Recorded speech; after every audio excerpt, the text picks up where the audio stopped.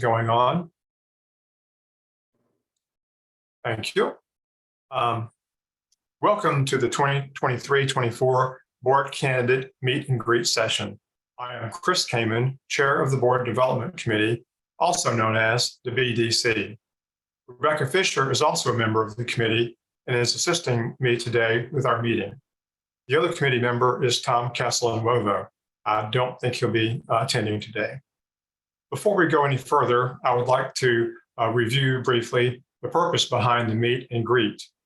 It has been an opportunity for the Assembly delegates to meet the candidates for the board before they vote on them, even when there is no contested election, which was often the case. There was no real format in the past to the sessions, no questions from the BDC and no questions from the delegates other than the ones that happened in small group dialogues as people met socially at the meet and greet session, which was primarily a social event. The COVID pandemic forced the Assembly to go virtual, and along with that, the board candidates meet and greet. Then the sessions became a real opportunity for dialogue between the candidates and the delegates. The BDC asked, in these new Zoom formats, the BDC asked a couple of questions to get the session started, and then the format was open to questions from the delegates and answers from the candidates. So now to proceed with our program. Our bylaws require that any elected officer also be a director. Thus, candidates for the officer positions may be either an existing director or must be elected as a director. So you will see some candidates for officer positions listed in two places, one for the director and one for the officer position the candidate is running for. So our candidates are as follows.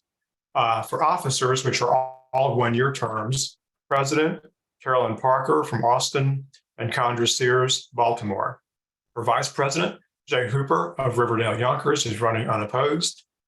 Treasurer, Liz Singer from NYSEC, and Anthony Cruz Pantojas from the Susquehanna Valley Ethical Society. And for Secretary, Anya Overman of St. Louis is running unopposed. Directors, there are 3 slots to fill, and those slots are 3-year terms. Normally, they're always 3-year terms, but occasionally someone resigns early, and so someone fills their slot. But these 3 slots we have this year are all 3-year terms. So Condra Sears of Baltimore, her 1-year term ended, so she was up for re-election. Jay Hooper of Riverdale Yonkers, and Anthony Cruz Pantojas of Susquehanna Valley Ethical Society. 2 candidates who were initially listed with our announcement on June 1st have withdrawn their candidacy, Ujira Cooper on June 24th and Ken Novak on July 8th. Their withdrawal means there are no contested director positions. As long as each candidate for each director position gets 1 vote, each will be elected as a delegate as per the bylaws. As for the officers, only 2 positions are contested, the president and the treasurer. So as long as Jay gets 1 vote for vice president and Anya gets 1 vote for secretary, they will be elected. So one could reasonably ask that we focus our session today on the 2 candidates running for president and the 2 running for treasurer. So we will do just that. We will focus our questions on those 4 candidates. If Anya and Jay want to address the 2 questions we will ask shortly, then we are happy to hear their answers. The delegates are welcome to ask any question they want during the question and answer period. So the format today is in 2 parts. First, the Board Development Committee will ask each candidate to answer 2 questions, and then the delegates will be recognized to ask whatever questions they have of any candidate or candidates. The BDC believes that the question of what scenario is chosen by the delegates is critical for the AEU and the candidates who will lead the AEU this next year. Rebecca Fisher will give us a brief review or overview of these scenarios. Rebecca? Hello, everyone.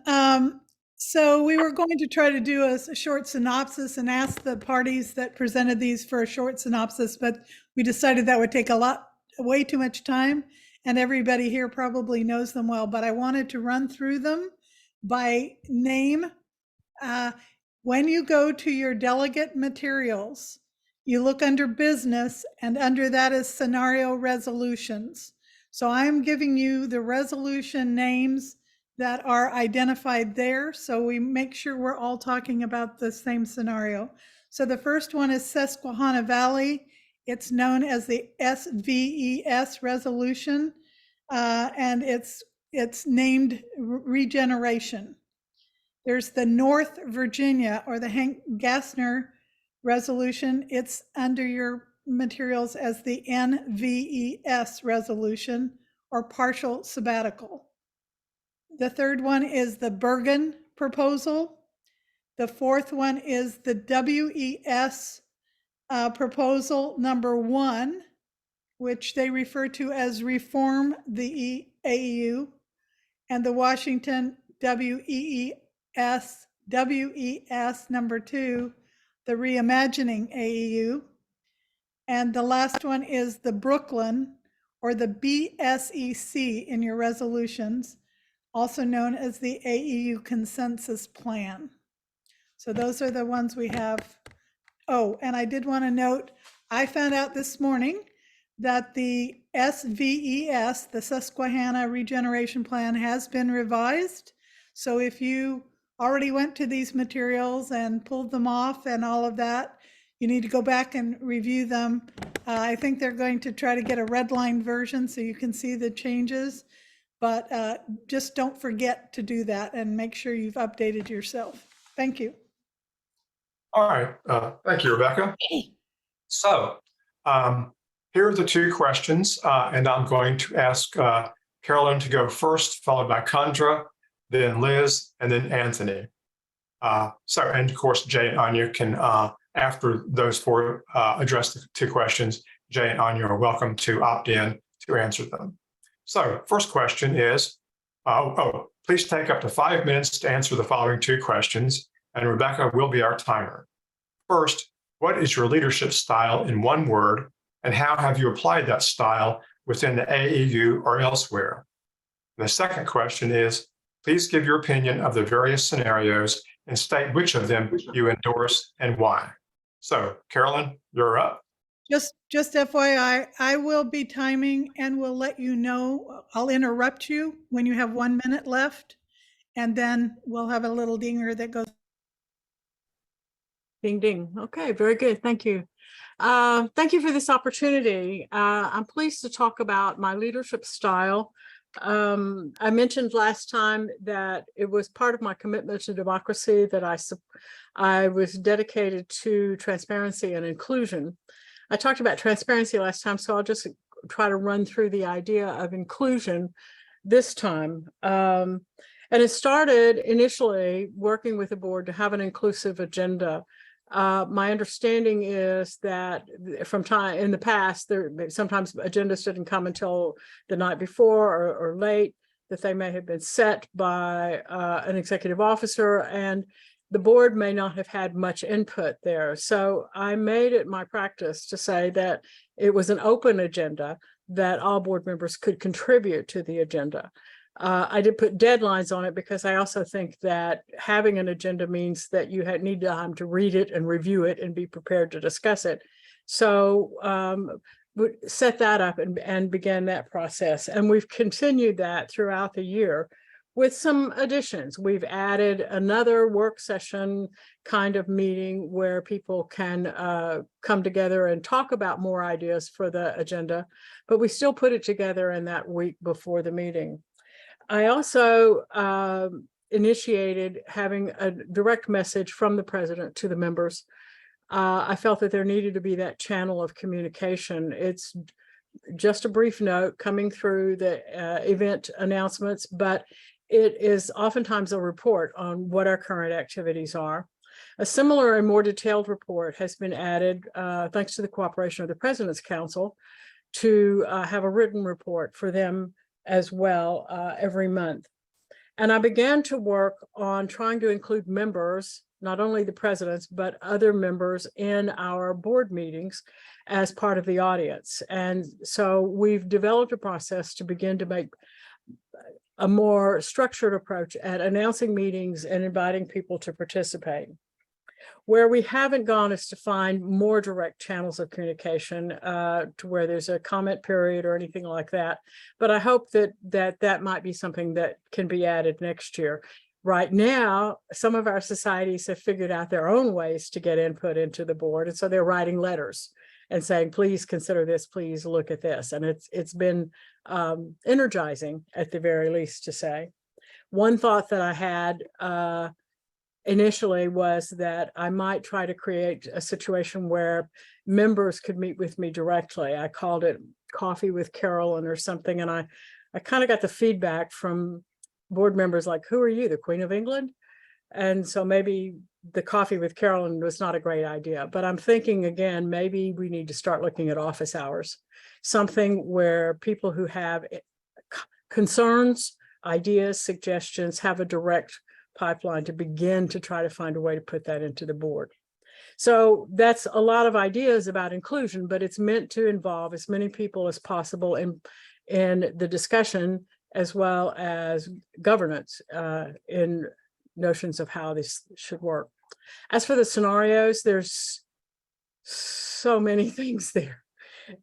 Much of it good, some of it a little incomplete, needs more work, and some of it not real sure yet how that fits in with where my heart wants to go in ethical culture.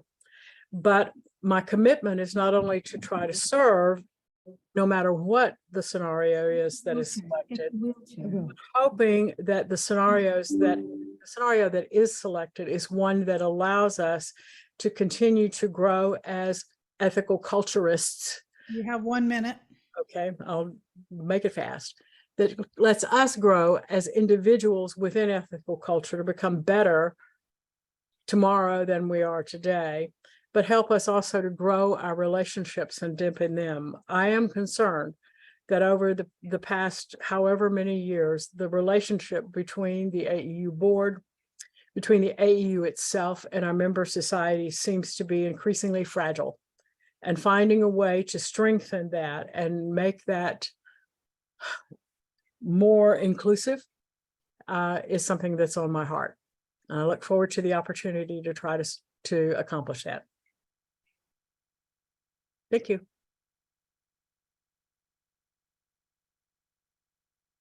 Chandra, you're up next. Thank you. So I think this is like the third meeting today that I've seen most of your faces. So I really appreciate you showing up again to hear us talk.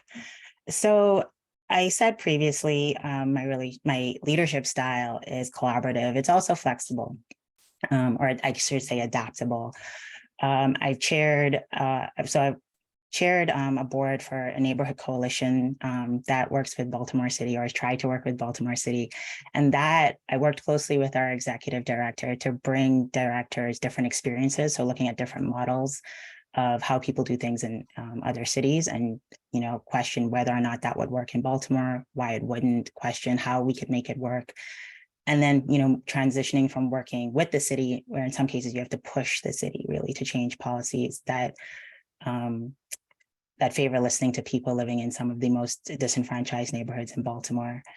In my daily work as a researcher, I work on teams to develop vaccines. And, you know, our teams consist of scientists, medical doctors, technicians from across different disciplines. So we're talking different scientific language. But importantly, I have to transition between my role as a lead on a project and then my role as supporting a project. And I think it's really important to know when to not center yourself, right, or decenter yourself, and provide perspective, but also in maintaining integrity, you know, when we need to check a process, maybe pause and reevaluate, change a protocol or something like that. So it's a challenge, but it's, you know, I think it's all something we could take a lesson from, like switching in and out of supportive, but also leadership roles. With respect to the scenarios, it has been a lot. You know, I appreciate everything that, or the wealth of information that delegates are being burdened with. And I think I lean towards, or, you know, resolutions that are supportive of us really considering a broad spectrum of ideas, right? And having the opportunity to really discuss those versus any proposals that are a hard shift in how we do things, and really changing things. So I think Bergen certainly gets right that the AAU should be doing more to be more financially solvent and supportive of societies. But after years of disinvestment, some societies need help in rebuilding their membership, and going straight to fund development seems to me to skip over that process. The West reform proposal also has a time for discernment. I worry that the splitting of programs, though, and the disinvestment, calling for apportionments to not be paid, could sort of impact the motivation to restart things and sort of reunite where or how programs are delivered by one organization as opposed to 3 or 4 that their programs call for. And we're already a volunteer-led organization, and our volunteers are stretched. So I really think, a time to question, make sure that all of the voices that need to be at the table are at the table. I will note that our membership is not young, really, and none of these proposals offer time, except for the ones that really give a long period for discussion and community building, don't allow for those important perspectives from young people to be considered in how we move forward. There's a lot of calling to history and how they used to be, and I think it's certainly important to be aware of that, but I also think it's important to be forward-facing, look at the context of where we are now, and really take time to consider where we want to be in the future and who we want to be as an organization.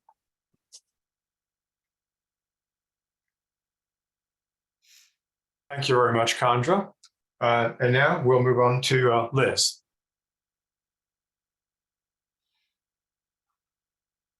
Oh, you're muted. Okay.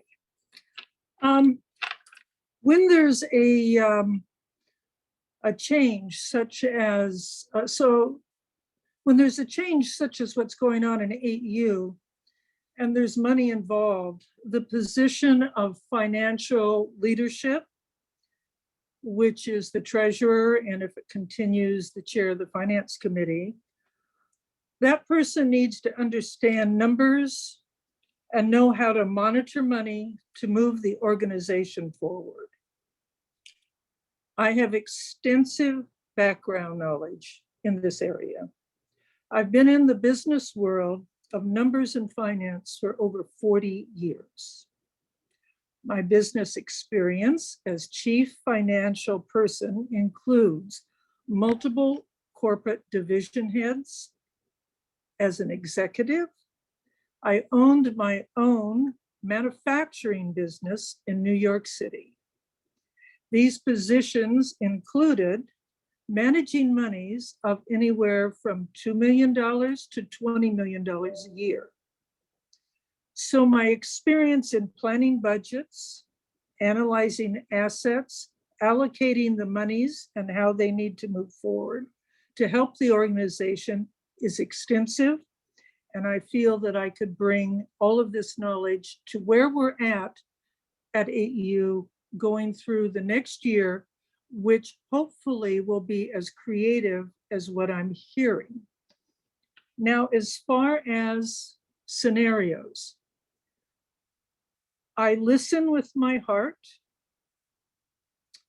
but I think with my intelligence. My main concern is on August 1, we have a pathway. And that is where I'm extremely concerned. Also, that there's some kind of ownership of the scenarios that have been presented, so that have been well thought out by the group that has been working on them, that ownership will move forward with the board to help us initially. So my intellect and my heart is coming close behind it, is 2 of them. One is Bergen, and the other is SVES. So I truly think those 2 have amendments to it and have some potential. my heart says, can we all come together and work these scenarios so they're inclusive? And as NICEC well knows, I come out of strange doors with things all the time. So, so that is, that's how my heart feels. And my intellect says there's possibilities. So thank you. Thank you. All right, thank you, Liz. Anthony, you're up next. Thank you so much, Chris. Good evening, everyone, or good afternoon, depending on where you're logging in from, or good morning. My name is Anthony Cruz Pantojas. I use they, them, serious pronouns. I have been a member of SVES since May of 2020 and serve as associate clergy at SVES since June of 2022. I'm a publicly recognized scholar, activist, and clergy.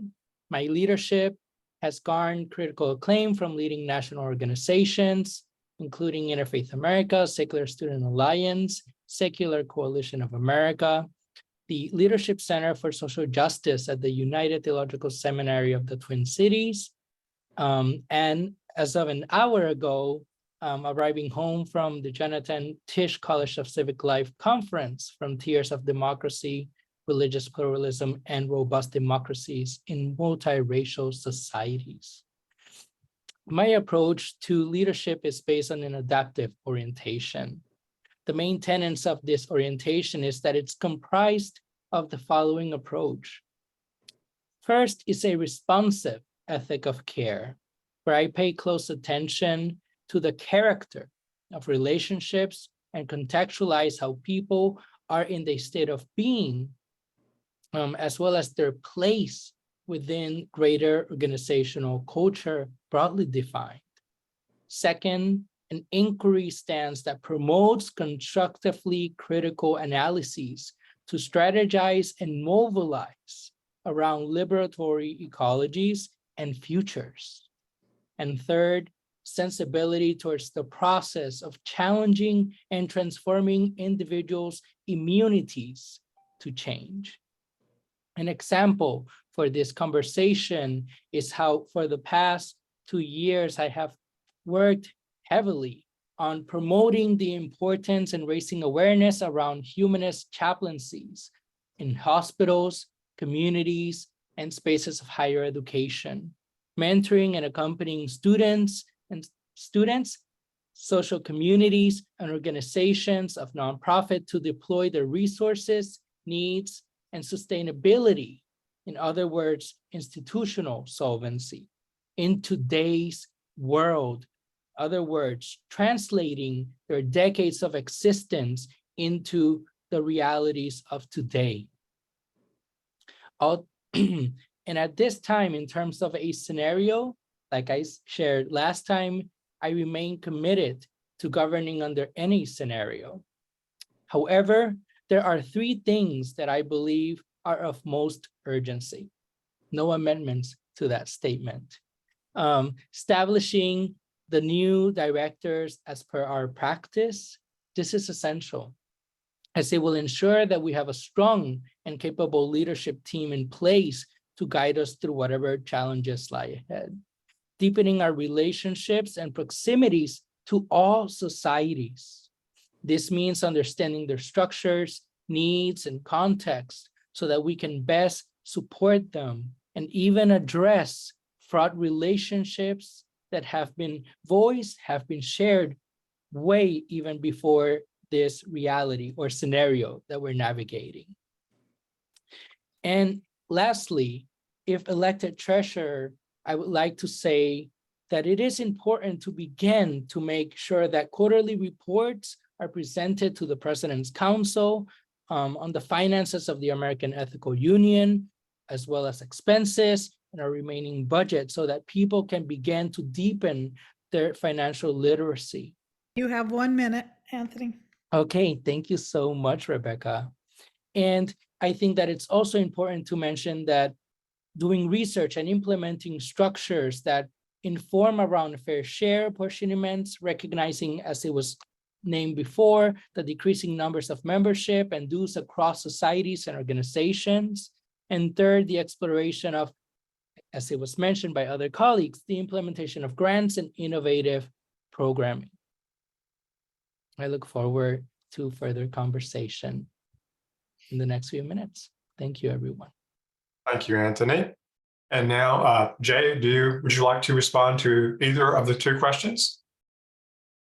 I'll keep them short. As y'all know, for some of you who were here for our last meeting, as I described, if you've ever read the book Beowulf, there is a piece called, there's a monster in there, particularly called the Mansion Stamper, which actually means border walker. And I like to identify my leadership as a border walker, one who treads on areas that are always in kind of at the edge.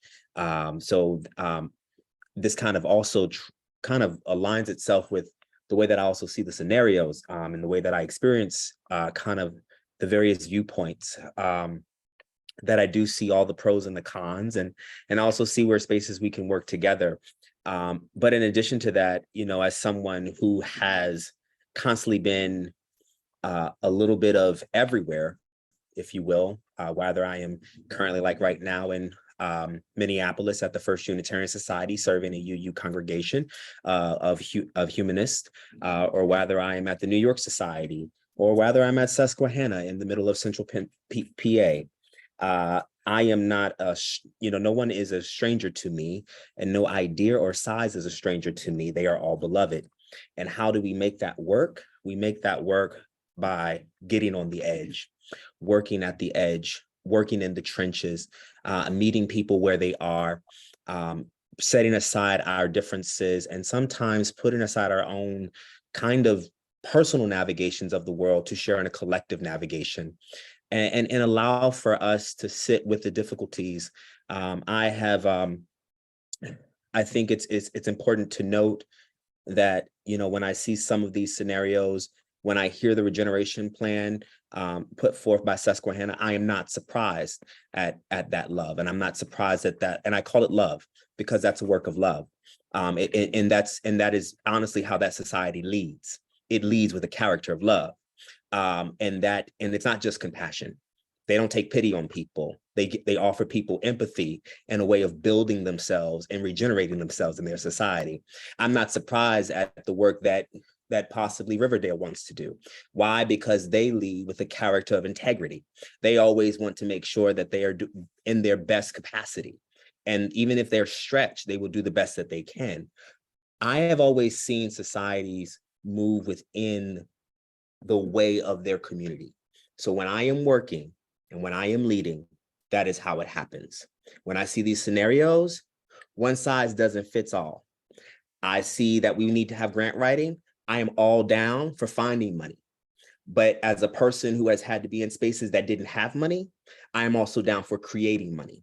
How do we help an organization create its own money, generate its resources, not by just finding grants, but looking at the resources that they have currently, right? And building on those capacities and working within those infrastructures that are able to actually generate income. In addition to that, right, if we look at other formations, I am interested in a horizontal leadership. I am not interested in trying to make sure that, well, this group has this, or we're larger. Of course, I hear the slight endorsement from Liz about Bergen, but they're working together. These are two large societies that have lucrative money. They can shake hands, right? But what does that mean for the societies that don't have that ability? Where are those larger societies when it comes down to supporting those who actually are looking to have more robust programming? And it doesn't have to be as big as New York, and it doesn't have to be as big as Bergen, right? But they can be in the welfare and the wellness and the well-being of organizational transference. But we don't want to transfer. 1 minute. Thank you, my sister. I appreciate you. And so, right, what we do in that moment is we look at a way to create an internalized wealth that speaks to the wellness of our organization. And I hope to do that. But it takes us to do the border walking. It takes us to get at the edge with each other. It takes us to confront and deal with our conflicts. It takes us to actually be able to speak truthfully with transparency and accountability while holding community at the forefront. If that's not happening, I don't know the work that we're doing here at Ethical Culture. I don't know if it's culture care or if it's self-care or if it's both together. My concern is that we actually need to step into that place where we get on the edge now. Thank you, Jay. Anya, would you like to respond to either or both questions? Yes, I would. Thank you, Chris. I just want to speak a little bit more to what my colleagues have mentioned. On Tuesday, I said that my leadership style is centered around accountability. Now, if you were at the previous meeting about the bylaws and the resolutions, you probably heard me pushing back on some of the bylaws and the resolutions that were proposed. And the reason for that is my motivation really is to bring this movement in alignment to our values. I want to see us walk the talk. I don't want to see us just purport our values and then act in a different way. I want more than anything to see an alignment between behavior and purported values. And we have some wonderful values. Unfortunately, we've had a really severe breakdown in trust, not just between board members, but between members of this entire movement. And I think that we need to be really honest about that. This is a community that has a history of being fairly conflict avoidant. And that has really come back to bite us as all of this has culminated into a conflict that we are now dealing with at a national scale. And we are all facing really dire circumstances. So my priority in leadership is not only this piece of accountability, but really to bring us back in alignment with our value to elicit the best in others. I think we are going to struggle to really lead effectively unless we address the conflict between us and unless we really value the relationships alongside our leadership, meaning that we lead shoulder to shoulder and we lead side by side, we lead horizontal, and that means repairing relationships. It means investing a lot of time and effort into relational repair rather than relying on bureaucracy and rules and bylaws to dictate how we treat each other. We should be looking to our ethical values for how we treat each other. And that's my priority in leadership, is to redirect us back to our values and really bring us in alignment in practice with one another. And this is part of the reason that I can push so hard, because I see that some of our motivations are not acting in good faith here. And as sad as that is, we have to square with that. We have to come to terms with that, or we're going to continue this really deeply harmful pattern of continuing to avoid conflict and letting it bubble to the top. And this is how we are where we are now. And that is why I really, before anything else, support a resolution that includes a restorative practice component that enables us to do the work of repairing our relationships. And I think the regeneration proposal holds the most potential for that. It provides us an entire year, not to just reimagine and really take a step back and evaluate how we would like to reorient ourselves moving forward, but it gives us this opportunity to really repair relationships with one another, which is going to give us that foundation to sustain our movement into the future. So whether we choose regeneration, whether we choose some other proposal, I think it's pertinent to focus on that repair. Because if we don't have that, then I mean, what do we have? Our relationships are key to this movement. Sorry, was that a 1 minute reminder? Yes, Thank ma'am. you. Thank you very much. So I just want to close this out by saying I really think that the regeneration allows us enough runway, a whole year, to sort through all of this, to really focus on repairing relationships. As you all know, trust cannot be built very quickly or rebuilt very quickly. So 4 months, I just don't think that's enough. I think we really need a year to give ourselves the grace to work through this repair. Thank you. I'll yield the rest of my time. All right, thank you, Anya. Appreciate all the candidates answering our questions. And so now it's time to move on to the question and answer period where the delegates will be asking questions. But first, here are the ground rules for doing that. I believe we have mostly delegates here. So if you're a delegate, please, when you ask a question, let us know what society you're representing. Please use the Zoom raise hand feature to speak. Questions will not be accepted via the Zoom chat. Next, delegates, please limit your time for questions to one question, as opposed to 3 or 4 or however many you can get asked in 1 minute period. Delegates, please state which candidates your question is directed to. Questions to all candidates could take many more minutes than questions to just 1 or 2, those specifically those that you want to ask. So please be intentional when asking a question of all board candidates. They're welcome, but please be intentional. We will seek out questions from all delegates, from each delegate, before recognizing those who have already, let me say it again. We will seek out all questions from each delegate before recognizing those that have already asked questions. So we want to make sure everyone has a chance to ask a question if they have one. And the timing of the questions and answers will be done by Rebecca. Questions are 1 minute allocations, and the answers are 2 minute allocations. Rebecca? Yes. I just wanted to make a point that I will not be giving you a 1 minute warning. I will simply, for your answer, I will simply say time's up. So just pay attention to your own timing there. Okay, ready for hands to go up with questions. I see no questions, so thank you very much. No, just joking. You mean I can go take a nap now?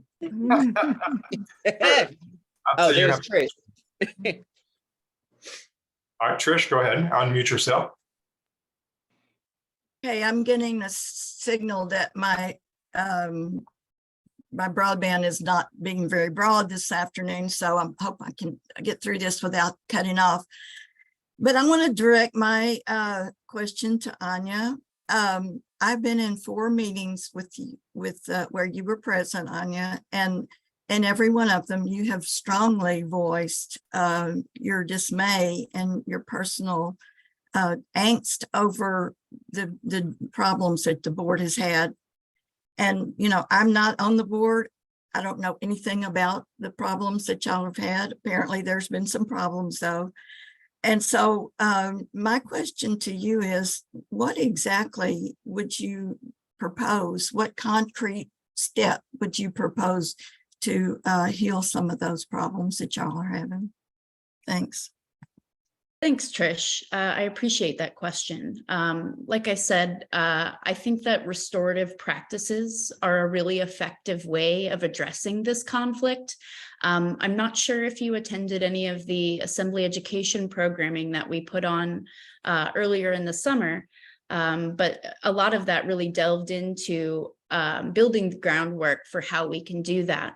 The reason that I think that restorative practices are such a useful tool is that it provides a very equitable way to speak to conflict, and it really removes a lot of the barriers to communication that occur in the typical meeting structures that we have. They also allow a space that requires participants to follow some community agreements that in other situations, people may not feel comfortable speaking honestly to. And there are a lot of power dynamics at play in these elections, in these resolutions, in these scenarios that I think we need to recognize is not something we can easily work through in something like mediation. And I do want to name that there is a legal component to mediation that I don't know that everyone is aware that that is a piece of that, but restorative practices really focuses on the relational element between people and focuses on how we as a community can feel whole, not just one person that feels offended, not just one person that has done the offending, but everybody, how everyone can feel that things have been put right. And this is something that the board has practiced before. I believe personally that with more practice, we could make some more progress.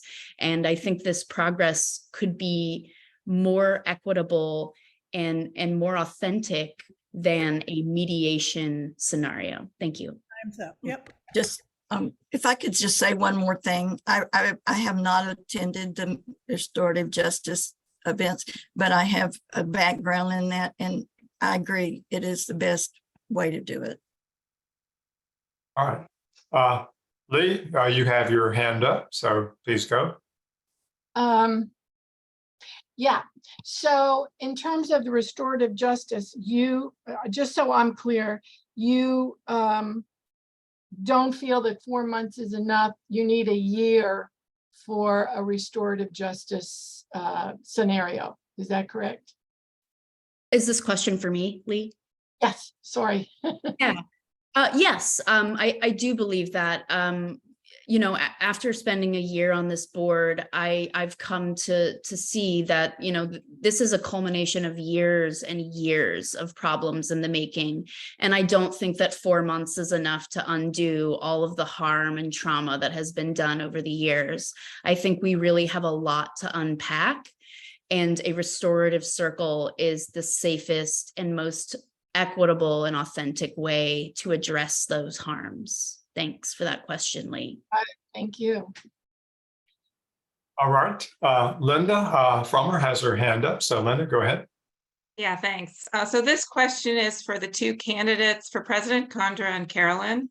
I've attended a lot of the listening sessions and the various presentations on the proposals, and it's still really very difficult to truly understand the dynamics and the infrastructure problems that have been alluded to, even with some of the details that we just heard. I would like to believe that there are no true, quote, bad actors, but that everyone is really trying to do their best despite major differences in perspective, perhaps in values, priorities, and how to best move the organization forward. That being said, I'm concerned that the regeneration proposal seems to concentrate power into the hands of an executive team of just 4 people on the board, with the full board only meeting quarterly. You'll need to ask your question. Your time's up. Okay, so my question is, what are your thoughts, and do you have concerns about this potentiality? And most importantly, what concrete steps would you take as chair of the board to significantly engage with the entire board moving into this next year? Thank you. I'll answer. I think so. As of this morning, maybe I think that part of it of SVS's resolution has been removed. That there's no like requirement of an executive team, which I definitely support. I think the onus is on the board, regardless of what strategy is chosen, particularly in this year and moving forward, is to work to include as many voices as possible. One, for feedback purposes, also recruiting, those voices. So making sure that we're managing the process, but we're not micromanaging the process. We're not dictating who does what, right? Getting that constant feedback. And I think giving the board time to, at least from my perspective, I think the board needs to have different experiences. There definitely needs to be some additional board education. And to Anya's point, like really focusing on changing how we talk to each other, how we relate to each other moving forward. And so, we're in a year, I think, where let's say the SVS resolution is chosen, right?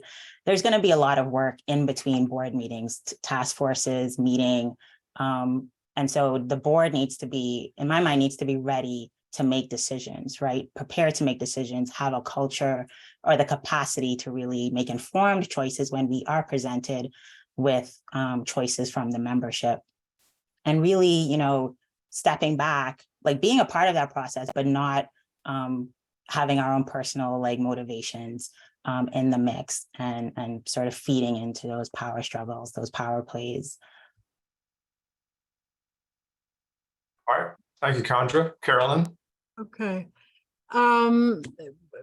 As the SVS proposal was originally framed, it did appear to concentrate a great deal of power in the hands of the elected officers. They've changed that, but I don't know. I mean, there's a new substitute version that's online now. It came in at 30 minutes before the meetings this morning, so I haven't had a chance to study it. But it does seem to, while taking that component out, it doesn't seem to have a fully formed replacement for it. So I need more time to study, but I would like to know what takes the place of that small group. How is the larger group going to manage it? And what you're asking about, it has been a problem with this board. And I'm not sure whether it's behavioral or ideological. There are times when I have puzzled through that and have often said, okay, I just have to figure out how to get my part of this job done and do it as well as I can. So I work within my frame of values and my abilities trying to deal with it. Going forward, though, I think we need some help. And whether we call it restorative justice, which I'm told requires some trained facilitators, whether we look at mediation in whatever legalistic version might be there. I mean, the legal definition of I think there needs to be some outside help, because part of where I felt stress and where I've seen stress this year is someone saying, I'm just not going to talk to you. And when they say, I'm not going to talk to you, what do? How do you renew communication? Say, will you meet me on Zoom? No, I don't want to do that. Well, that's happened recently, in fact. So sorry, it's time's up. Yeah, sorry. We need help. Thank you, Carolyn. John has his hand raised, John Dakin. So please, John, proceed. Well, so I look forward to serving on the board next year with everyone, which I think everyone who's running, and I'll be doing so as a rank and file director. And it's possible that I won't see much of you if the board only meets quarterly. But I guess I have posing a question to the enhanced slate candidates. Do you see anything that can be done to make it possible for the board to meet more often, even if it is under the regeneration proposal, so we can do some healing? Because I don't think it's going to be easy. And I'm wondering, how can we accomplish that? And I'm curious how I can help.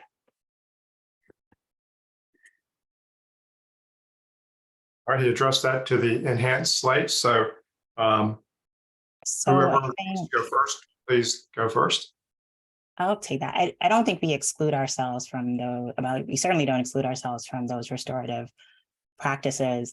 And there's certainly a possibility of and I think all board members would have to sign on to something like that, right? That would be a part of the community agreement to engage in that process with help and facilitation. I definitely agree with Carolyn that we need help. And when help is offered or is present, we also need to listen and earnestly take that help, right? It can be offered and rejected, or it can be offered and accepted.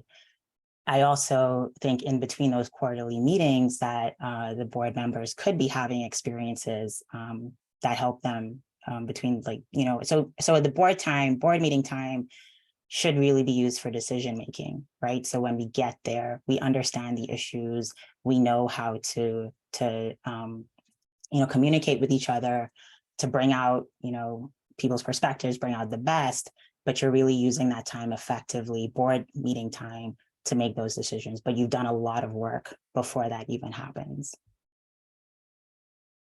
All right. Any others from the enhanced slate wish to address that? I can add to that. Like Condor said, I mean, the meetings that we're talking about quarterly are explicitly for business.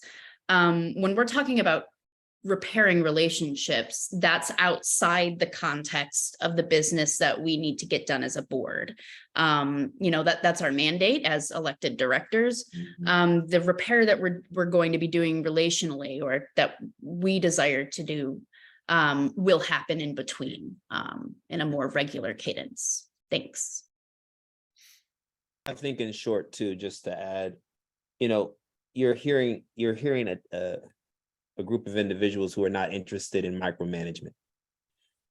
And so we don't need to be on the back of everybody's heels trying to make sure that they're doing what they're passionate about. We've watched enough of that. And I think that's where we grow tired. I think to further answer John's question, and I'll just be transparent because I'm that person, I think it comes with a great deal of trust. I cannot simply say that everybody is able to lean into spaces where they feel like trust is there. We would like to assume the best, and we would like to assume the good in all folk. But trust is a relationship tool, and that is done through processes of restorative justice. It is done through understanding clear communication. It is understood through the process of actually telling somebody that, I don't understand what you're saying, but let me sit with what you're saying first before I exempt what you've said to me. I think we've seen a lot of that. And we have a horrible throwaway culture in our board currently right now. And that needs to shift. And that's why I think in many ways, when we do look at this, we're trying to figure out ways, as I think it's one of the plans talks about stripping the board or the system down to bare bones, right? It kind of gets a little bit more to the stripping aspect. You can't fight about nothing that you haven't invested in yet. So you got to know what you're investing in before you sink your teeth in. Otherwise, you are biting bone. You ain't got no good meat. Jay, time's up. Thank you. Sorry. All right. Thanks, y'all. Anthony, did you wish to respond? I'm good. Okay. All right. Great. Thanks, y'all. Hank, you're up next. Please unmute yourself.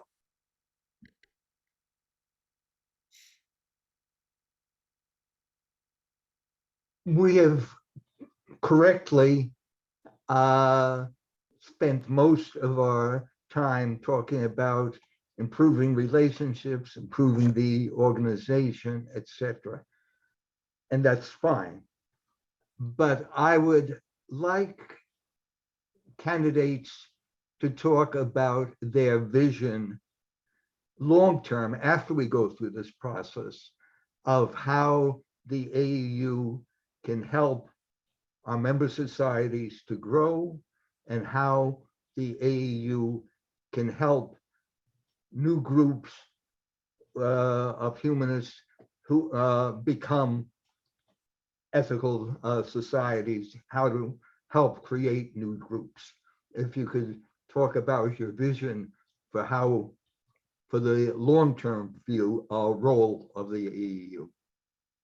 Hank, is this meant for all candidates? Yes. Okay, thank you. All right, I will let whoever wants. Okay, I see Carolyn has her hand raised. So Carolyn. Obviously, whatever vision, dream, hope one might have is going to be modified to fit what the hope, dream, vision of the assembly turns out to be. But within that framework, I would hope that we find some way to, let's not say go back, but renew, regenerate our commitment to lay leadership development. Those are our members. There are people who are going to be actively working in service in their societies to help the societies strengthen and grow. And we, I believe, could do more to help strengthen them, lend strength to their arm, if you will, so that they can do the work. And when you talk about new society development, oh, I've got to talk faster, I know. I would like for us to do our homework, work around our home societies, grow within our communities, and then expand from there. There's a lot of societies in the Northeast that sort of grew together over time. I'm sitting in Austin and wondering why not Houston, Dallas, and San Antonio. It ain't that close. It's a few miles down the road. Texas is big, but those are natural fertile grounds for some of this kind of work. So I'm thinking maybe we can reroute ourselves, renew ourselves in our own home areas, and become stronger if we help each other with that strength, and then surprise ourselves with how wonderful I think ethical culture is, and that there are people actually who are waiting to see us. All right. Anthony, you have your hand up. You wish to respond next? Yeah. All right. Hank, thank you so much for that question. I feel like my heart just jumped a beat. I think it's definitely energizing to hear that question in this space. Because yes, if we're looking at the relationship between the American Ethical Union and what others might define as ethical culture, meaning the practice that each society is doing, it is important to do asset mapping. It is important to look at the contextual realities, right, that each society is having, and yet recognize what is humanly possible. Because one dimension is what we can dream, what we can imagine if we have that capacity, right? The partnerships and relationship that we can deepen. And yet, how are we also empowering our youth and young adults to be the ones that are leading? Because one of the realities, if we're talking statistically, is that people in this current and younger generations are not just looking for representation, they're looking for presence, meaning that are people that share in proximity to the challenges and realities that they themselves are experiencing. And so that's why in one of the comments I mentioned the importance of recognizing our own immunities to change. Because one thing is, I want to do better. And one thing is, how am I actually boycotting those possibilities? It's not always outside. A lot of times it is internal. So how are we also doing that critical analysis so that we can actually nurture and allow for possibilities of growth? Thank you, Anthony. Chandra, I see your hand up to respond. Yeah, so I will add to that. So last week I participated with Casey Slack, Hugh, and Greg Bonin, Hugh Taft-Morales and Greg Bonin on a panel discussing non-theistic religion in America as part of like the Smithsonian Folklife Festival. And after, a young Black woman who was probably close to me in age was surprised. Like, she's atheist, deep in the closet, afraid to come out. And we had this really great conversation, like briefly sharing experiences, but I found myself hesitating to recommend to her, like, ethical societies, because I understand we're going through like this really tumultuous period. My vision would be that after this year of, a year of regeneration, really changing how we relate to each other, actually becoming a more open and inclusive organization. Because I mean, if we look at who is represented here, there's still a lot of work and growth to happen in that area, that 30 years from now, it will not be a shock for somebody to hear a discussion of a non-theistic religious life on a stage like the Smithsonian Festival, we're hidden. You know, I am active on social media, and I see a lot of posts religious, like TikTok, for example. There's nobody talking about ethical culture in those spaces. And I almost think there's like a poo-pooing of being in those spaces. But there are still a lot of people who that's their first contact. You know, that was it for me. That was my first contact with ethical culture, was finding a group online.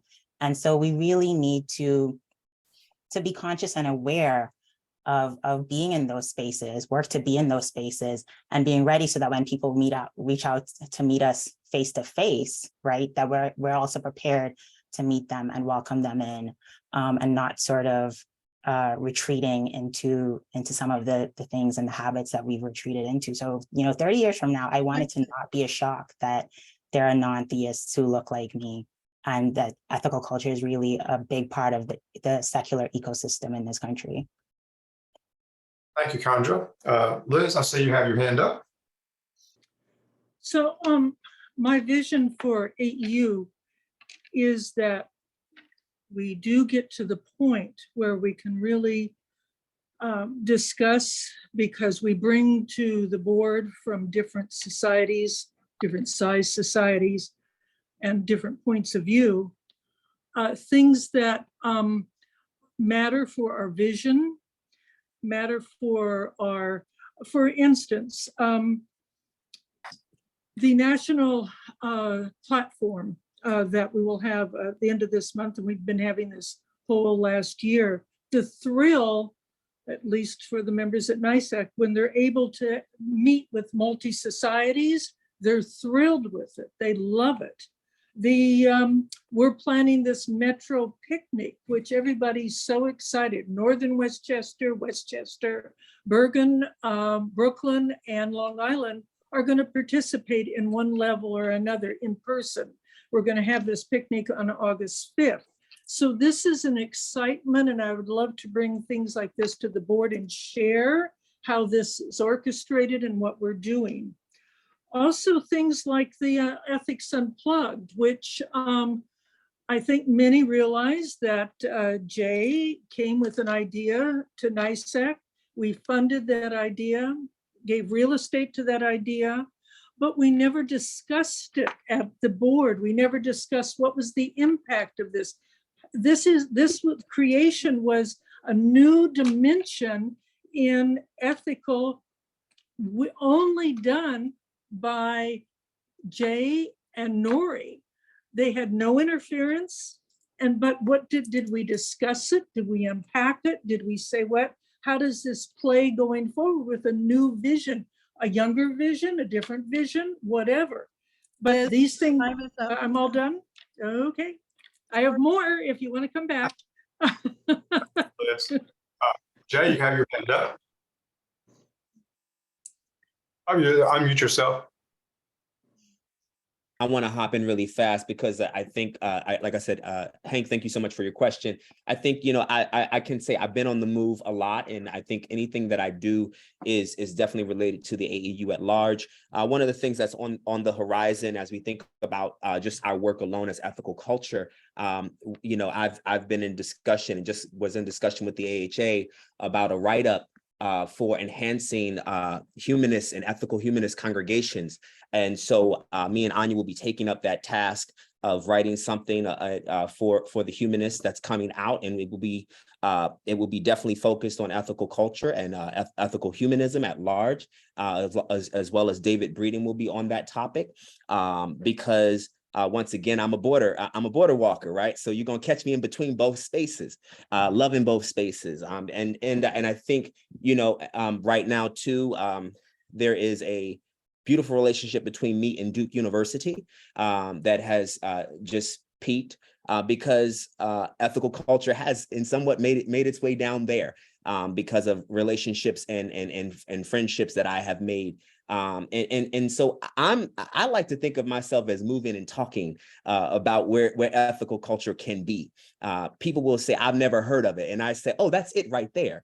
And then they realize, they're like, what do you mean it's not right here? I'm like, no, it's right there. You are that. And so, right, deeming for other folk where ethical culture can live, where it can be, because the ethical life is manifested, and not only just in a manifold, in the words of Felix Adler. You know, I find that that's the work that has to be done. We have to begin to reclaim space, recondition space, reconstruct space so it can happen and can be regenerated. I do believe that we live in an ethical world, but we have to name those things. Susquehanna is a good example of that. Yeah, I really appreciate, you know, your question. I think that there's more to come in the future for us as we think about being broader and expanding. All right, thank you, Jay. Anya, I see you have your hand up. Yeah, thank you, Hank. Really appreciative to get the opportunity to answer this question. This one, like Anthony, really excites me as well. There's been a lot of talk this week through budgets and resolutions about young people, about YES and preserving YES and FES. And it has been brought up that this past year, only 3 people attended the YES conference.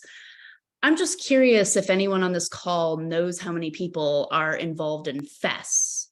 Does anybody, can I just see a raise of hands if you know somebody that's involved in FES? Interesting. That's really interesting. Yeah, so FES hasn't been active in years. And so I found it really curious that people, you know, came to defend FES when it hasn't even been spoken about in the past year in a single board meeting. And I'm willing to bet that most people don't even know who the representative to the AEU is for the FES rep. So my vision really centers on bringing young people to the forefront, not in a performative way. I know the young people who are involved. My network of young humanists expands far beyond ethical culture. And I know a lot of people who are interested in being involved that feel like they cannot be involved because they are not welcomed by older people involved in this movement. So my vision really centers around bringing young people into leadership, not in a performative way, not in a way where we say, yes, we want FES, in a way that we're actually bringing in young people. And I'm 30. I'm not that young. I'm talking about people that are much, much younger than me. I'm talking about teenagers. So young people need to not be tokenized as much as people have been tokenizing them. And I really hope that we take the opportunity to assess that and put people in leadership. Thank you. Appreciate it. Thanks, Anya. Betty has her hand up. Betty? Unmute yourself.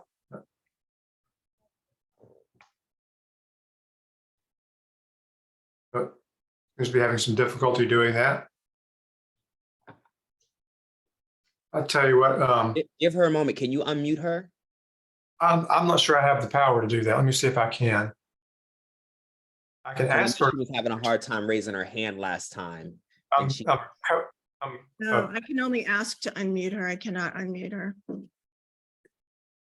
And I'm the host. Just allow. Nope. I can only ask.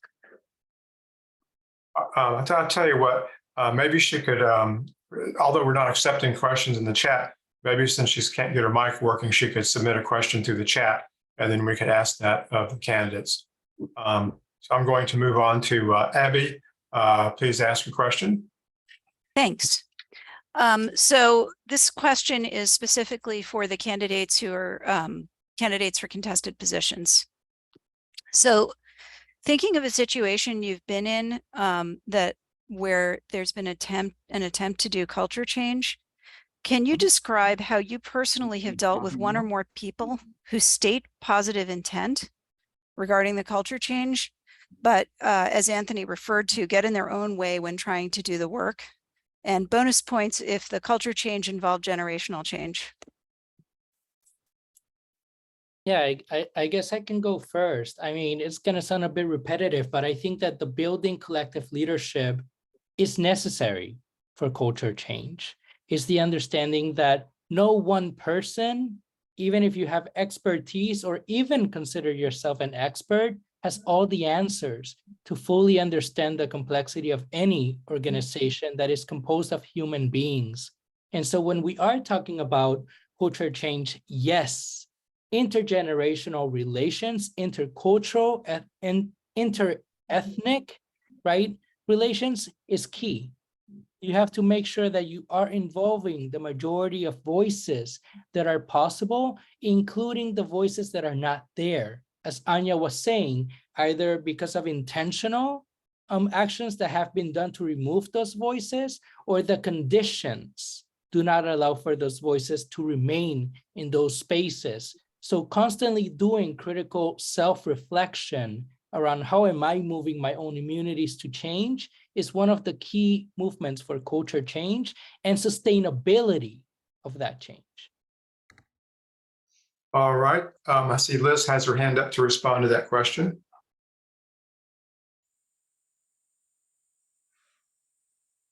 Liz, unmute yourself. Do you mind repeating the question? Sure. Question? Thank you. Sure. I said, I wrote it down, so I'm going to repeat it verbatim. So thinking of a situation you've been in where you've been in an organization that's undergoing culture change on purpose, describe how you personally have dealt with one or more people who state positive intent around the culture change, but as Anthony referred to, end up getting in their own way when trying to actually do that work. And bonus points if the culture change involved generational change.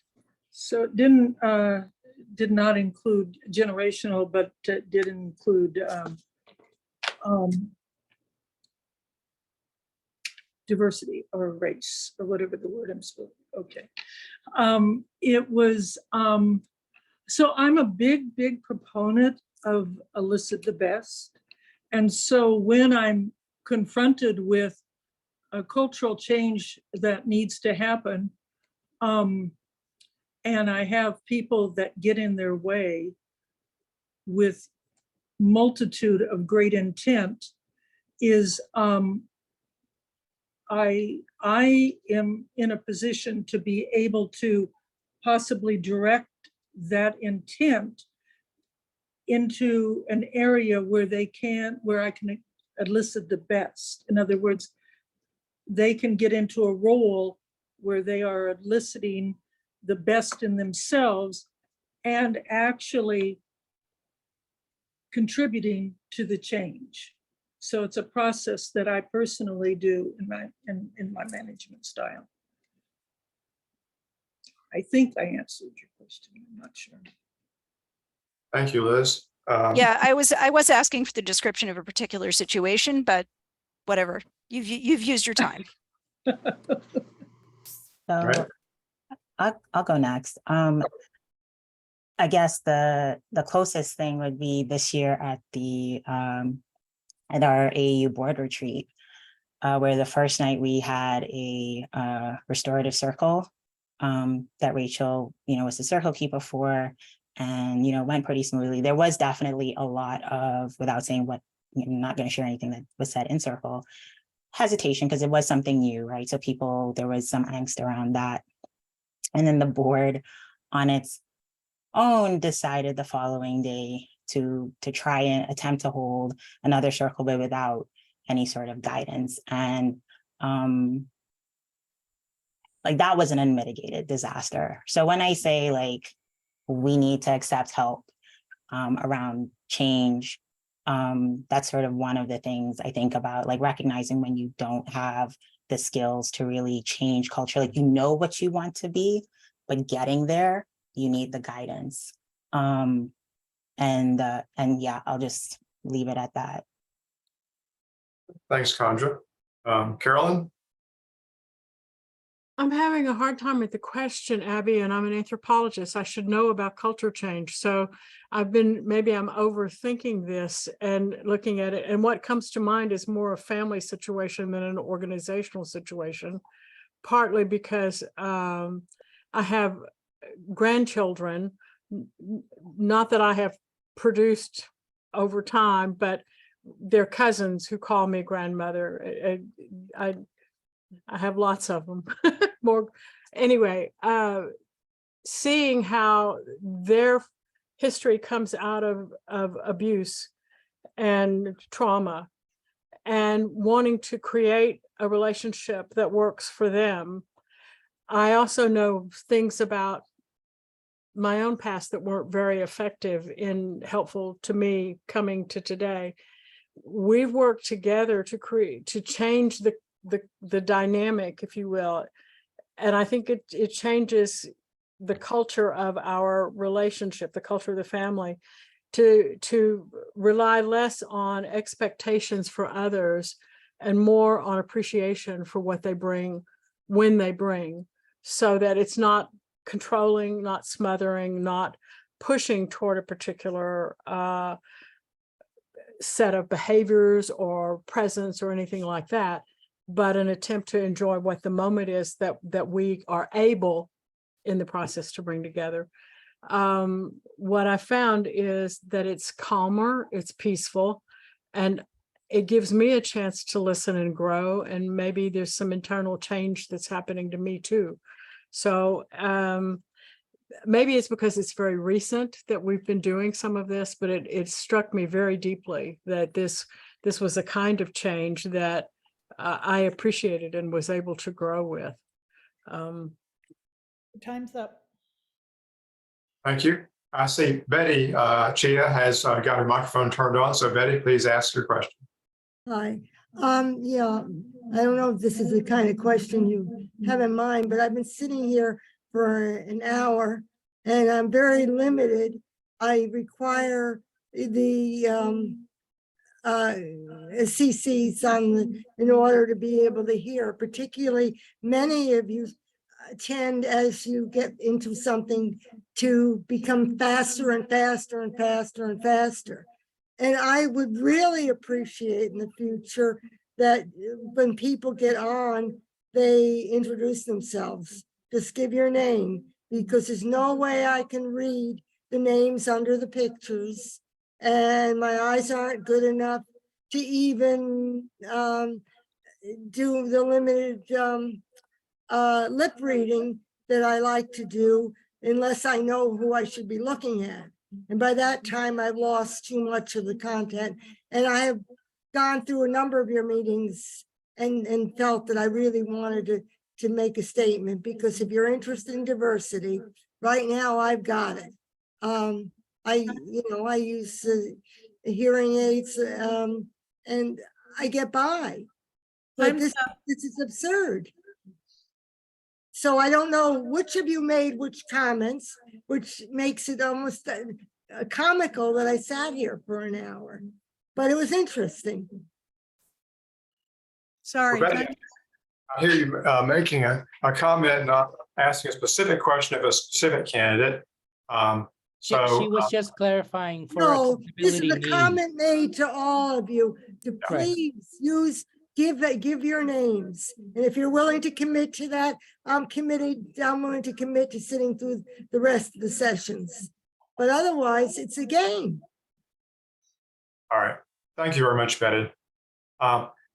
In practice with our ground rules for this session, I'm going to skip over Lee and recognize Laura. And then once I see that nobody else has asked questions, Lee will be allowed to ask her second question. Laura? Me. If this has been covered already, because I missed part of it when I was going from the car to the house. I've heard several people refer to restorative justice. I'm interested in hearing from each of you what other mechanisms are useful in creating the same outcome relative to healing the relationships both within each director and each other in the directors, in the board itself. So was that clear, or do I need to clarify? What I believe I heard you say or ask was, what are other mechanisms outside of restorative justice that are possible to use for other board of directors? Is that what we're trying to get to? to heal the fractures that have already happened. And this has to be outside of restorative justice. Okay, I do hear that. I'm not going to answer that. I just want to make sure I heard your question correctly. Then let me ponder on it. And Yeah, else wants to answer, go ahead. Thank you, Jack. I will answer just briefly. Being stated, I'm one of the running candidates. This is Anthony Cruz speaking. So I have not been part of the current board. That said, I think initially, foundationally, there's two key dimensions. One is deep and radical listening, and listening with intent and not for it. Meaning I am not listening to react, respond, or try to convince the other of what has been stated. And second is the recognition that trust is cultivated through vulnerability. So if you're not willing to be vulnerable beyond yourself to your peers in the board, to the American Ethical Union, right, to those organizations and institutions through which you are hopefully in deep relationship with, then that is already shutting or building a bridge, a wall, right, that will definitely not even include restorative justice at all, even if you sit through the training. Thanks, Anthony. Carolyn, I see you have your hand up to answer. Of course, I'll do Carolyn, then Condra. I don't know who went first, but I first saw Carolyn. I think Condra was first, so go ahead. Condra? Sort of to Anthony's point, one of the things that I found myself doing in response to, I guess, like the dynamics on the board was seeking out those skills, right? And one of them was calling in. So I think people are more familiar with the phrase calling out, which is very, I think can seem reactionary and sort of targeting of people, but calling in somebody is how do I, bring attention to a problem, like try to understand that person's perspective better, and let's actually talk about it or reflect on it, because ultimately if I think that we're not operating from a good space, I want to change how we're operating. I don't want people to be defensive, and maybe there's something that I'm missing, but calling in somebody with, I guess calling out with love, but calling them in, I think makes space for them to be vulnerable and know that it's okay. Like, I'm not going to attack you. I'm not here to shame you or embarrass you, but sort of bring that sort of skill in as well, which is certainly not something I have innately, right? But we have to try. But that is one thing that we could also tap into. Sorry, Betty, this is Condra speaking. Thank you, Condra. And then Carolyn had waved her hand, so I'll recognize Carolyn next. Yeah, just very quickly, Betty, this is Carolyn Parker, and I've got my hearing aids on too. So we're doing our best. In Austin, we've talked a little bit about restorative justice and whether or not it might work for us. And what we're looking at, nobody's rejected it. It's just we're not as familiar or ready for it. But we've started going back to the idea of what we learned about nonviolent communication. And so we're about to renew our relationship with that as a means to hear as well as speak to each other, so that we can also communicate with feeling and compassion. So that's a tool that we think we might use. Thank you, Carolyn. Jay, I see you have your hand up. Yeah, as I've had time to sit with your question and the few of the things that have been spoken, this is Jay Exodus Hooper. Wanted to just point out three different exercises. One particularly very similar to what Anthony stated is the listening. I particularly use a methodology called Parrhesia, which actually means courageous speech. And so courageous speech also requires courageous listening. Courageous listening does not mean that we will always like what someone will say, but we have the ability and the courageousness to sit with them in it, and understand that it will also in that possibility, we could also share in courageous speech. So this is a very challenging topic. In addition to that, I also use love and logic. Love and logic is a really strong model, often used to help people discern or use options that best fit any mode of meaning making regarding certain scenarios or conflicts. So love and logic is definitely a really good one. And lastly, I would I hear I know our community is very in love with the idea of the model that Carolyn just mentioned, nonviolent communication, but I do use a decolonized version of that because of the level of white supremacy culture that can be attached to it because of its passive aggressiveness, and how it for folk of color and indigenous people, the response of silence, or what we consider Western empathy, does not translate to certain bodies and people who are embodied in their own ways of being, maybe sexuality or gender or so on and so forth. So we want to make sure that we use different modes of meaning, but I do use all three of those simultaneously. Sometimes they do show up in some of the exercises that I've done. So I just want to throw those three out as a framework, but decolonizing your nonviolent communication is very important. Thank you, Jay. Anya?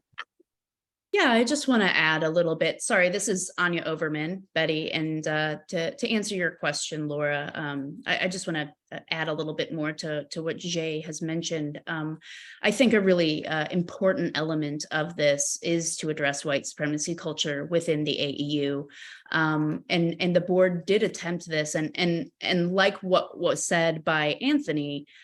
This work is difficult. It requires vulnerability. And unless you're willing to be vulnerable, the work is nearly impossible. Now, the board did attempt to hold some white supremacy culture sessions where we were addressing white supremacy culture and the way that we personally perpetuate these structures. There were not many board members who were willing to follow through with that work or do it earnestly because there wasn't a willingness to have vulnerability.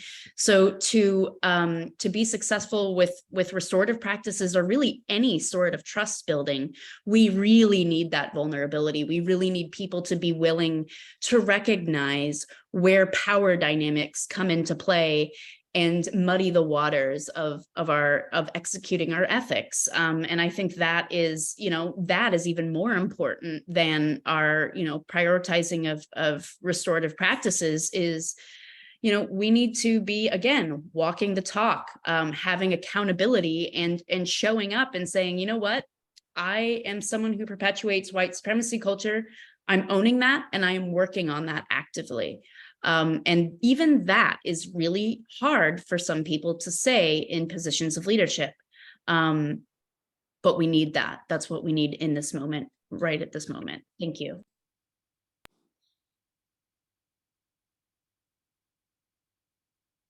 Well, thank you, Anya. Liz, do you wish to address that question?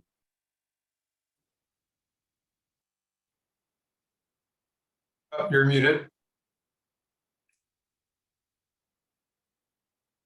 Thank you for the opportunity, but I think it's been very adequately covered. All right. All right. Thank you, Liz. And thank you, Laurie, for your question. I don't see any other hands raised, so we're going to take Lee's second question. And what do you have to say? Ask, Lee. Hi, Betty. I'm Lee from Austin, Texas. I'm a delegate. It's just a very quick. What is FES, Anya? I have no idea what that is. Future of Ethical Societies. Thank you very much. Appreciate it. All right. Any other questions? I think Laura had her hand up. No, but I'll talk. All right. Well, Actually, so I would like to just make a comment. I found all of your responses really interesting. And I think all of those responses are absolutely necessary if there's moving forward. I think, yes, there needs to be vulnerability. You don't inject people with vulnerability, however, you have to allow it. And, you know, NVC has had its heyday, and maybe there needs to be a way of using that in the present moment based on where our culture is now. And, you know, I think all of the things that you guys mentioned are really necessary to address. And the question is going to be, how do you do that? And how willing are you going to be to do it? Agreed. Can we answer that, Chris? Sure, you can address that. I love that question. How do we hope to do that? I think what I have found is that just with working with folk that I've been working with, I see this constant, robust ability to keep learning with each other. I'll say it in my way. I am actually committed in a sense that I'm in love with learning my colleagues. Like I actually, and actually, I think he is still here. John Dakin is still here. Me and John don't always agree. I don't like John's ways, but I will lean in real tight, home in, call him out and call him in simultaneously. But I'm going to always fall in love with learning the style that makes him him, because that's his inherited worth. And that is the commitment I have. You know, Carolyn brought up this idea of being an anthropologist. Western anthropology was so dangerous years ago that now when we talk about these ideas of vulnerability and authentic connection and what makes someone authentic and unique, we can't play into the social definition that we have been given or what has been bestowed upon us. Women don't have to be, quote, ladies from the 1920s, right? There's a reimagining constantly, and people have the ability now to be who they are becoming. I think that is something that I am deeply committed to when I say that I'm falling in love with the way that my colleagues are. When I talk to Anya, when I talk to Anthony, when I talk to Kandra, we are often figuring out new ways to navigate disagreements or challenge our biases and be able to name them comfortably while being held accountable and knowing that sometimes I can't step into certain places. That I might have a bias, but my colleagues can, and I will defer to them because I don't have the ability. So thank you so much for that question. So Jay, Jay, yes, you and I were in summer school together. Do you remember that? Yes, I do. You have come a long way since then. All right. Any other concluding comments from our delegates or our candidates? And I'd like this to be shorter rather than 5 or 2 minutes per person, but any other concluding comments? I love, the comments that were just made, and I was wondering if any other candidates or delegates have a concluding comment they'd like to make. I have a concluding comment before you finish up, Chris, and that's just to say that Chris, has been an excellent leader. Thank you. This has been a really tough year for everyone, and it's been a tough year for the board development, and Chris has just been outstanding. He's leaving, and I don't know what we're going to do about that, but thank you, Chris, for your leadership. Thank you very much, Rebecca. Her reference is I turned in my resignation effective August 1st as board development chair. I think it's really important in fact, I think it's in the bylaws that the new president appoints all the committee chairs. So I'm going to make it easy on the next president by going ahead and submitting my resignation. And I would like to serve the AAU in other ways, but I think that the new president, or even with new president or current president, they should be able to select the staff, the board development committee, with people that they think will reflect the interest of the AAU and the board going forward. So thank you, Rebecca, for your support, of your time. And thank you for your recognition, all of you who applauded. So thank you. And with that said, I'm going to close this out. Rebecca and I did not work that out beforehand, I promise you. Well, as we close, I just want to say thank you so much, Chris, for your service. And like you just stated, I look forward to the next person who's going to help this process of transition, and hope that we can continue to lean towards our senses of intuition, imagination, and hopefully the process and practice of liberation. Excellent. Thank you, everyone. Excellent. Okay, bye-bye. Hold on, one more thing. The recording of Tuesday's meeting is on the Meet and Greet Delegate website. Today's session will be there soon.